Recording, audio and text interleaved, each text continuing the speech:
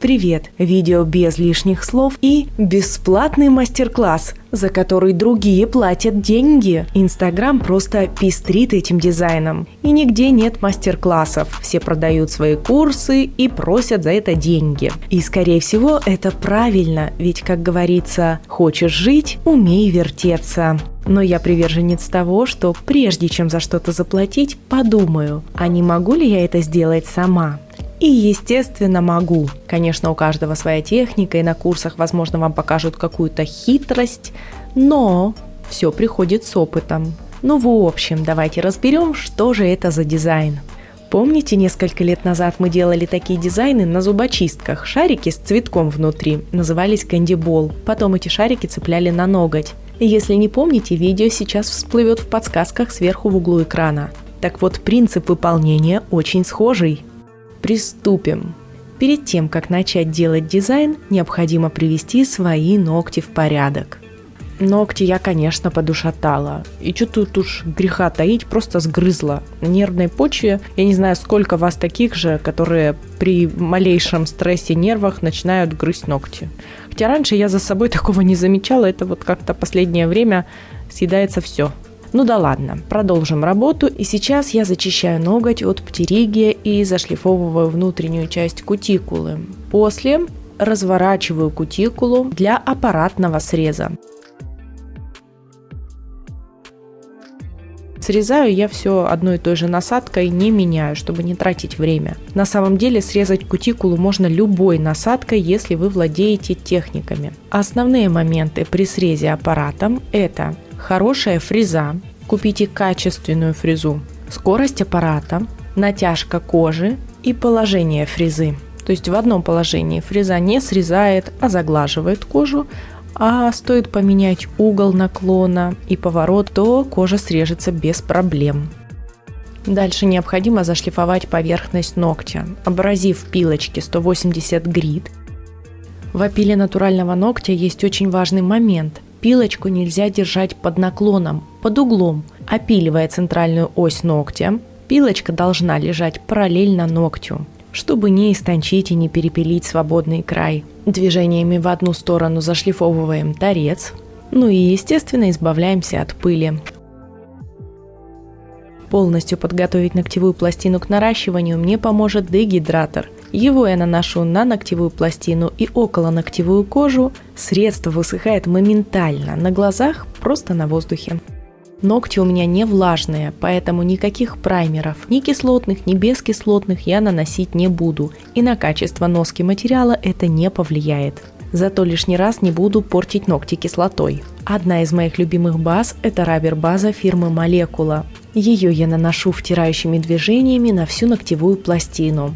Аккуратно, ведь необходимо избегать затеков. Ногти сушим в лампе.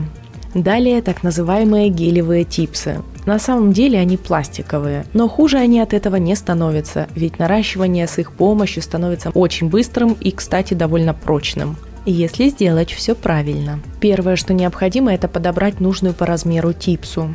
На этих типсах есть матовая часть. Это контактная зона, которая прилегает к натуральному ногтю. Эти типсы хороши тем, что их не нужно зашлифовывать перед использованием. Они уже готовы. Ссылку на материалы я скину в описании под видео. Внутреннюю матовую часть типсы покрываю тонким слоем базы. Затем счищаю с кисточки остатки базы, оставляя небольшую каплю. Теперь верхний край типсы прикладываю к натуральному ногтю, сделав отступ от кутикулы в несколько миллиметров. Плавно опускаю типсу. Видно, как база распределяется по натуральному ногтю. Останавливаемся прижимать типсу в тот момент, когда база выйдет за грань свободного края ногтя. В таком зафиксированном положении необходимо просушить ноготь в лампе. Я, извините, это делаю не на видео. Ногти просохли и теперь они нарощены. Но для такой длины, естественно, не хватает архитектуры и обещанного мною дизайна. Чтобы продолжить работу с этими ногтями, их необходимо зашлифовать. Пластик должен быть шершавым. Не делайте покрытие на глянцевом пластике. Для того, чтобы выполнить дизайн, оставьте на палитру несколько цветов. Смысл заключается в том, что центр розы, бутон, темнее, а каждый последующий ряд лепестков на тон светлее. Я за основу взяла темно-зеленый цвет, остальные капли замешиваю, добавляя небольшое количество кошачьего глаза, чтобы добавить необычный перелив. Практически все этот дизайн делают с помощью полигеля, и, возможно, вам будет также удобно работать именно им. Но я, попробовав несколько способов, для себя определила самый удобный, и он делается с помощью густого желеобразного геля, естественно прозрачного. Гель должен быть достаточно густым, чтобы держать бортик и огромную каплю в форме. Либо можете сделать этот гель сами, смешайте базу с каплей полигеля до нужной консистенции. Обратите внимание, что выполняя такой дизайн полигелем, прозрачный полигель должен быть кристальным, абсолютно без зернистости, иначе дизайн выйдет мутным. Для того, чтобы украсить центр розы, я беру металлические бульонки. Кисть с гелем макаю в бульонки. Нагребается небольшая горка, и эту горку бульонок в геле выкладываю на ноготь. Причем выкладываю не плашмя, а именно горкой, небольшой кучкой.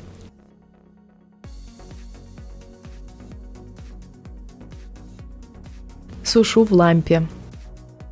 Теперь бульонки необходимо сгладить, образуя ровную гладкую поверхность. Просто оставляю каплю геля на бульонках. Заметьте, горка довольно высокая. Отправляю сушиться в лампу. Теперь расскажу и покажу смысл прорисовки лепестков. Схему, по которой мы будем работать. Вот этот центр, горку, которую мы только что сделали. На этом шарике рисуем 2 лепестка друг напротив друга и закрашиваем. Далее будет слой геля. Следующие лепестки рисуем в тех местах, где первых не было, также друг напротив друга, и закрашиваем. Этот ряд лепестков уже на тон светлее. Шарик становится все больше, поэтому лепестки больше и длиннее. Сейчас рисуем лепестки также друг напротив друга, уже перекрывая предыдущие, цвет на тон светлее. И так по кругу. Сейчас я покажу схему выкладки самого геля между лепестками. Первый слой небольшой вокруг уже сделанного нами шарика. После лепестки и следующий круг геля. Здесь он идет более вытянутый, в противоположных друг другу местах объемные капли. Потом снова лепестки и следующий слой геля. Выкладываем объемные капли там, где их не было, друг напротив друга.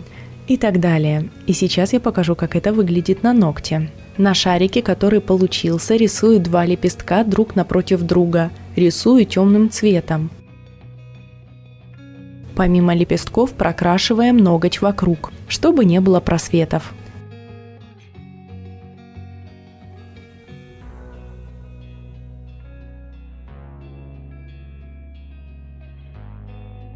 То есть мы нарисовали лепесток с одной стороны и напротив такой же самый лепесток. Отправляем ноготь сушиться в лампу. Следующий слой – это слой геля. Небольшую каплю геля набираем на кисть и просто хаотично выкладываем этот гель вокруг шарика. Гель не растекается, держит бортик, и ничего не нужно вылепливать как полигелем. Отправляем сушиться в лампу на 30 секунд. Следующий слой – лепестки. Их мы рисуем в тех местах, где не было предыдущих, то есть на стыке.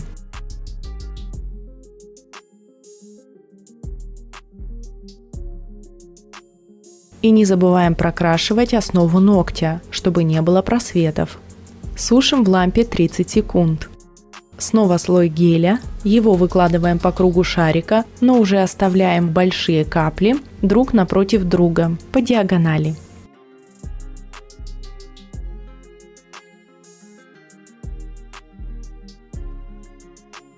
Сушим в лампе. Кистью набираю цвет немного светлее предыдущего. Рисую лепестки. Так как шарик стал больше, лепестки длиннее и их больше.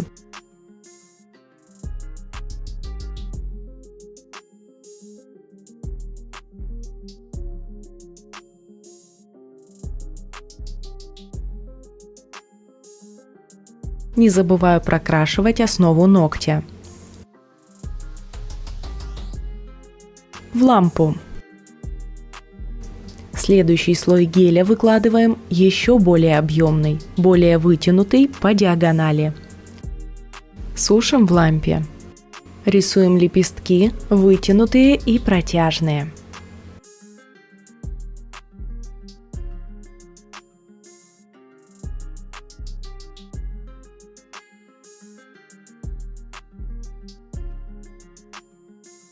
Промежуточная просушка 30 секунд. И очередной объемный слой геля.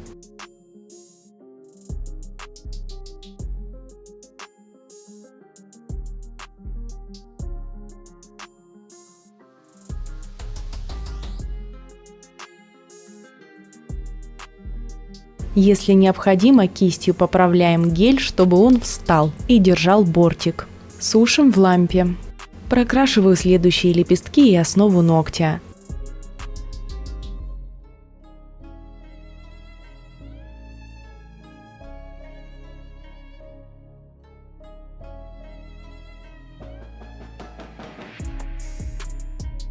Так как в цвет я добавляла гель-лак с эффектом кошачьего глаза, то магнитом поправляю и добавляю эффект. Таким образом, работаем поочередно, добавляя каждый слой по очереди.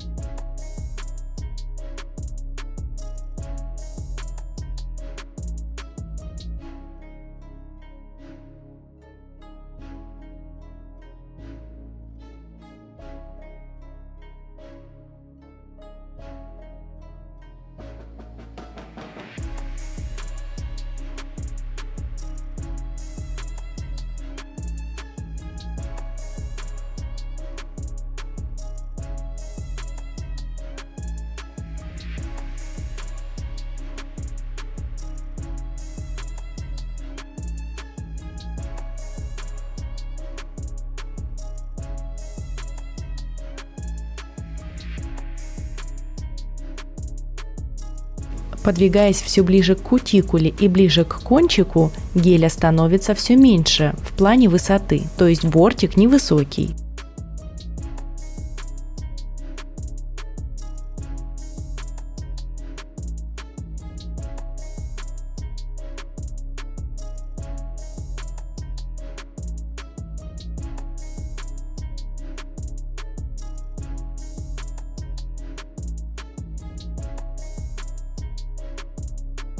Когда выкладку материала завершили, после просушки необходимо снять липкость. Для этого я использую специальную жидкость, как кофе 3 в 1. Попшикали, протерли и смотрим, что получилось и что же делать дальше. Йо-хо-хо, какое ё-моё получилось! Ну ничего, сейчас мы попилим и будет красотища. Грубый объем я снимаю с помощью керамической фрезы. Спиливаю все ненужное, а уже подкорректировать архитектуру и форму можно будет с помощью пилочки.